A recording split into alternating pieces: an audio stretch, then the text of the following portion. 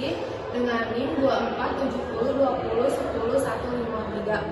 Saya dari kelompok 2. Di sini saya akan mewakili kelompok saya menganalisis grouping dalam tragedi Stadion Kanjuruhan serta budaya organisasi BCA berdasarkan teori Shane. Tragedi Stadion Kanjuruhan pada tahun 2022 menjadi salah satu peristiwa yang paling kelam dalam dunia olahraga Indonesia. Keputusan aparat keamanan untuk menembak gas air mata ke arah penonton memicu kepanikan massal yang akhirnya menewaskan ratusan orang. Jika dilihat melalui perspektif teori komunikasi kelompok, khususnya grouping yang diperkenalkan oleh Irving Janis, peristiwa ini memperlihatkan beberapa gejala grouping yang cukup jelas.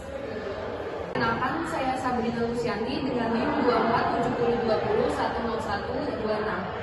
Nah, grouping muncul ketika suatu kelompok terlalu fokus menjaga kesepakatan internal dan kekompakannya, sampai-sampai mengabaikan pertimbangan rasional, kritik, atau alternatif keputusan.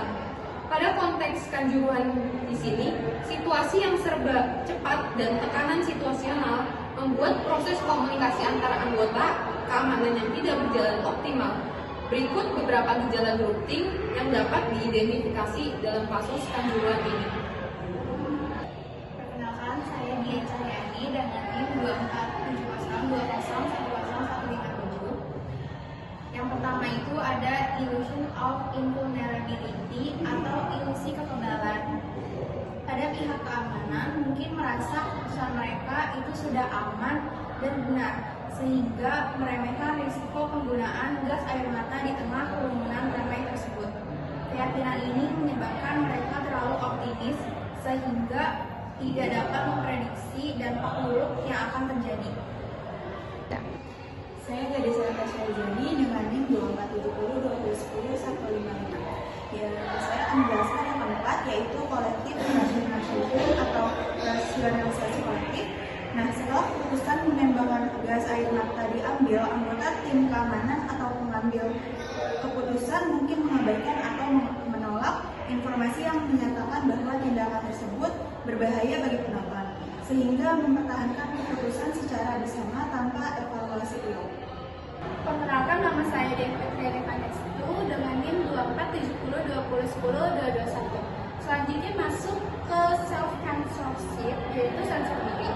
Mungkin ada anggota aparat yang memiliki keraguan atau keberatan terhadap penggunaan gas air mata, tetapi memilih untuk tidak mengungkapkan pendapatnya agar tidak mengganggu kesepakatan kelompok atau dianggap tidak mendukung keputusan yang sudah dibuat. Halo, nama saya Kapan Ramadan, tim saya 247020101154. Saya ingin menjelaskan tentang ilusi pembulatan suara di poin nomor 6. Kenapa ilusi ini bisa terjadi? Karena tidak adanya keterbukaan secara langsung pada saat penolakan. Semisal di forum dan ada penolakan yang tidak bersuara dan tidak berpendapat kalau dia menolak, maka si pengambil keputusan mengira bahwa yang pasif ini yang tidak bersuara itu setuju karena tidak adanya penolakan. Yang padahal mereka yang diam dan tidak bersuara pun tidak setuju. Itulah yang disebut ilusi pembulatan suara.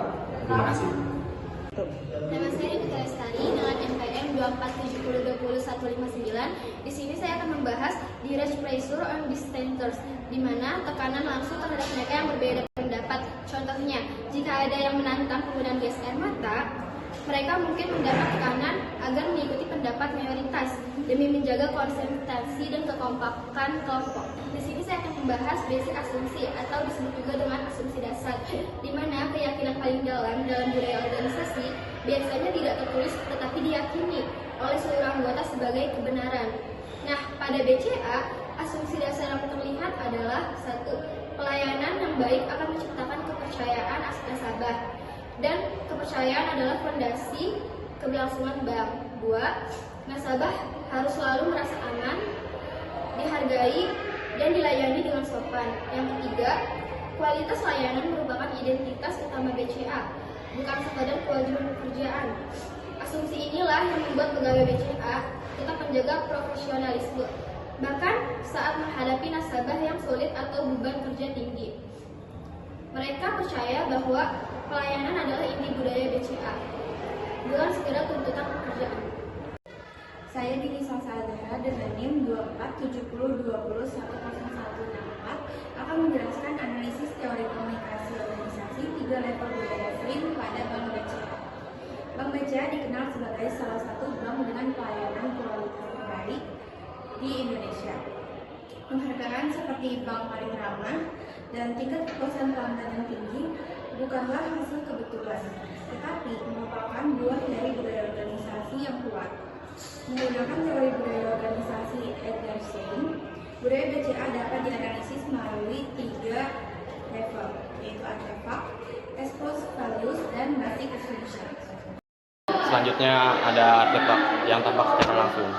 Artefak adalah hal-hal yang tampak secara langsung, baik berupa perilaku, simbol maupun sistem yang terlihat dari luar pada Bank BCA. Beberapa artefak yang mendukung reputasinya sebagai beberapa yaitu yang pertama, teller dan customer service-nya itu selalu sopan. Dan yang kedua, pola pelayanan cepat dan teratur. Yang ketiga, ruang kantor yang rapi, nyaman, dan bersih. Yang keempat, aplikasi digital yang sederhana dan mudah diakses oleh semua orang. Dan yang terakhir, seragam pegawai yang rapi serta SOP yang diterapkan konsisten di seluruh cabang. Artefak ini menciptakan kesan pertama yang sangat kuat bagi nasabah bahwa Bank BCA ini adalah bank yang profesional, ramah, dan terorganisir. 2. Expose values atau nilai yang diadu. Level kedua dalam teori STEM adalah nilai-nilai yang secara jelas diungkapkan dan diurut organisasi. Di BCA, nilai-nilai ini tercermin dari kebijakan, pelatihan, dan cara kerja karyawan. Nilai tersebut antara lain, yang pertama ada customer first, nasabah selalu menjadi prioritas. 2. Kecepatan dan ketepatan pelayanan. 3. Disiplin dan standar kerja tinggi dan konsistensi prosedur. Nilai yang terakhir, konsumen terhadap inovasi teknologi digital yang bisa mudah transaksi. Nilai-nilai ini bukan hanya slogan, tetapi diterapkan dalam sistem kerja sehari-hari. Misal, target pelayanan, budaya dan yang tertata, serta pelatihan untuk mendapatkan pemahaman komunikasi kepada. Terima kasih.